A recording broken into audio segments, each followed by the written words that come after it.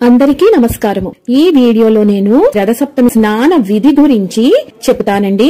దాంతో పాటు ఎలా ఆచరించాలి, వేటితో ఆచరిస్తే మనకు సకల పాపాలు హరించి 7 జన్మల పాపాలు తొలగిపోతాయి అన్న విషయాలను తెలుసుకుందాం।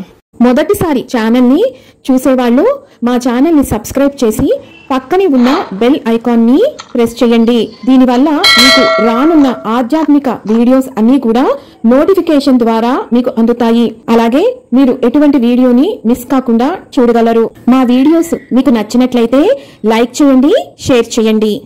ఇప్పుడు రథసప్తమి స్నాన విధి విధానాల గురించి తెలుసుకుందాం। రథసప్తమి పూజ చేసేవారు ముందు రోజే అంటే మాఘశుద్ధ షష్ఠి రోజున ఉపవాసం ఉండి ఆ మర్నాడు అంటే సప్తమి తిథిన సూర్యోదయానికి ముందే మాఘ స్నానం చేయాలి। సప్తమి రోజున నదికి వెళ్లి తల మీద జిల్లేడు, చిక్కుడు ఆకులను ఏదో ఒక దానిని పెట్టుకొని దాని మీద దీపం పెట్టుకొని నదిలో నెమ్మదిగా మునిగి ఆ దీపం నీళ్లలో తేలుకుంటూ ముందుకు సాగి వెళ్లేలాగా సూర్యోదయ సమయాన స్నానం చేయాలి। ఇట్లా వీలు లేని వారు ఇంటి వద్దనే స్నానము ఆచరించవచ్చును। ఆ రోజు సంకల్పం చెప్పుకొని జిల్లేడు ఆకులను తల మీద, భుజాల మీద, మోచేతుల మీద పెట్టుకొని అలాగే అరచేతుల్లోనూ మొత్తం 7 ఆకులను వాటిపైన రేగిపళ్లను పెట్టుకొని తూర్పు దిశగా నిలబడి స్నానం చేయాలి। అవి నీళ్లతో శరీరం నుండి క్రిందకి జారి పడేలాగా స్నానం చేయాలి। క్రింద పడిన వాటిని మళ్లీ వాడకూడదు। జిల్లేడు ఆకులకు బదులు రాగి, చిక్కుడు ఆకులతో కూడా స్నానము చేయవచ్చును। ఇలా 7 ఆకులు చప్పున మన శరీరం పైన పెట్టుకొని 3 మార్లు స్నానం ఆచరించవలసి ఉంటుంది।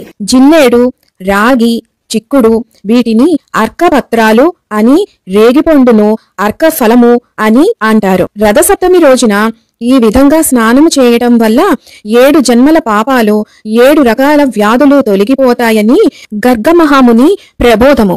ఇలా జిల్లేడు ఆకులు, రేగిపళ్ళు తలపై పెట్టుకొని ఈ శ్లోకాన్ని చదువుకోవాలి। యదా జన్మ కృతం పాపం మయా జన్మసు జన్మసు తన్మే రోగం చ శోకం చ మా కరీహంతు సప్తమి ఏత జన్మ కృతం పాపం యచ్చ జన్మాంతరార్జితం మనోవాక్కాయజం యశ్చ జ్ఞాతాజ్ఞాతే చ యే పునః ఇతి సప్తవిధం పాపం స్నానాన్నే సప్త సప్తికే వ్యాధి సమాయుక్తం హరమాగరి సప్తమి సప్త సప్త మహాసప్త సప్తద్వీపావసుంధరా శ్వేతార్కపర్ణమాదాయ సప్తమి రథ సప్తమి। ఈ శ్లోకం యొక్క అర్థం ఏమిటంటే, ఓ లక్ష్మీకరమైన మకర రాశిలోని సప్తమి మేము చేసే ఈ స్నానముతో జన్మ జన్మాంతరాలతో తెలిసి తెలియక చేసిన 7 విధ పాపములను, వాటి వల్ల ఏర్పడిన రోగాలను, శోకాన్ని అన్నీ నశించుగాక అని ఈ శ్లోకం యొక్క అర్థం। జిల్లేడు ఆకులు సూర్యునిలోని కిరణాలలోని ప్రాణశక్తిని తనలో ఇముడ్చుకునే శక్తి ఉంది। ఈ ఆకుల లాగానే రేగిపళ్ళకి కూడా సూర్యకాంతి అధికంగా ఉంటుంది।